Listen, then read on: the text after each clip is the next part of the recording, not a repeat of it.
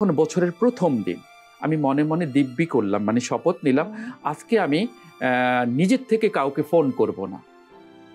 দেখি বছরের প্রথম দিন কেউ আমাকে মনে করে কিনা। যদি কেউ আমাকে মনে করে তাহলে ভাববো সে নিশ্চয়ই আমাকে মনে করেছে, মিস করেছে, ভালোবেসেছে। হঠাৎ করে আমাকে ফোন করলো একজন প্রোডাকশন ম্যানেজার। আচ্ছা বাবা, তুমি না অমুক ডিরেক্টরের বাসা থেকে চলে গিয়েছো নাটক করবা?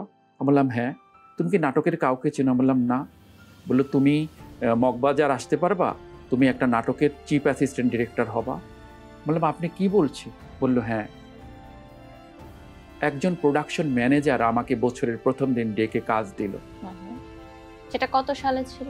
সেটা ছিল 2012 সাল। 2012 সালে যখন আমি চিফ অ্যাসিস্ট্যান্ট হিসেবে কাজ করি, ওই সেটে এসেছিল আরেকজন ডিরেক্টর। এসে ডিরেক্টরকে বললো, এই ছেলেকে কই পেয়েছো? কেন? ও তো অনেক পাকনা অ্যাসিস্ট্যান্ট, একে আমার লাগবে। তো আমি গেলাম একটা ছোট্ট 1 ঘন্টার নাটকে, কিন্তু উনি আমাকে নিয়ে নিল কোথায়? একটা দীর্ঘ ধারাবাহিক, মেগা ধারাবাহিক। ওখানে মেগা ধারাবাহিকে আবার হয় কি 2 ক্যামেরায় শুটিং হয়। এক ক্যামেরায় ডিরেক্টর থাকে, আরেক ক্যামেরায় চিফ অ্যাসিস্ট্যান্ট থাকে। আর্টিস্টরা কখনো এখানে কখনো ওখানে যায়, এবং পেমেন্টও ভালো। ওইটা তো আবার ওই প্রোডাকশন ম্যানেজারই ওইটাতে আছে।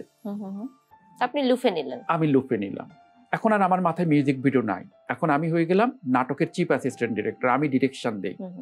তখন কি আপনি অলরেডি সেলিব্রিটিদের নিয়ে কাজ করা শুরু করেছেন? একদম একদম। নাটক, তাও তো টিভি নাটক, সব সেলিব্রিটি, তারকাদের নিয়ে। তখন আমার না মনে হলো যে আল্লাহ, আমি এই জায়গাটায়, কিন্তু আমার না কোনো ভয় নেই, কারণ আমি যে আগের থেকেই ক্যামেরা, লাইট এগুলি নিয়ে পাকনা আছি। তো এটা যখন করছি, তখন কি হলো, হঠাৎ করে আমার শুটিং করতেছিলাম আমি, তখন আমার ঈদের একটা নাটকের শুটিং, দীর্ঘ ধারাবাহিক তো করছি, ঈদের নাটকের শুটিং। তো এখানে হলো শুটিং সেট, আর মেকআপ আর্টিস্ট থেকে, মানে আমি যেহেতু অ্যাসিস্ট্যান্ট ডিরেক্টর, ওই আর্টিস্ট বারবার দেরি করছে। গ্রামের নাটক, এখন সান চলে যাবে। তখন বলল ডিরেক্টর, বলল বাবা তুমি আমারও এখন, কিন্তু আমি তো অ্যাসিস্ট্যান্ট, আমারও আবার অ্যাসিস্ট্যান্ট তৈরি হয়ে গেছে। ওরা হলো অ্যাসিস্ট্যান্ট ডিরেক্টর, আর আমি হলাম চিফ অ্যাসিস্ট্যান্ট ডিরেক্টর, মানে প্রধান সহকারী পরিচালক। আর আমার নিচেও কিন্তু অ্যাসিস্ট্যান্ট আছে। এখন আমাকে ডিরেক্টর বলতেছে, সীমান্ত তুমি যে এই বাচ্চাদের উপরে নির্ভর করছো, আর্টিস্ট তো ওখানে গল্প করতেছে, তুমি গেলে আসবে। আমি গেলাম, আর্টিস্ট আসতেছে। হঠাৎ করে মানে আমাদের মেকআপ রুম থেকে আর্টিস্ট বললো, তুমি যাও ভাইয়া, আমি আসতেছি। আমি আর আমার ছোট্ট অ্যাসিস্ট্যান্ট ছিল, আমরা যাচ্ছি। হঠাৎ করে বাড়ি থেকে ফোন এলো, আমার বোন ফোন করে বললো, ভাইয়া বাবা তো আর নাই,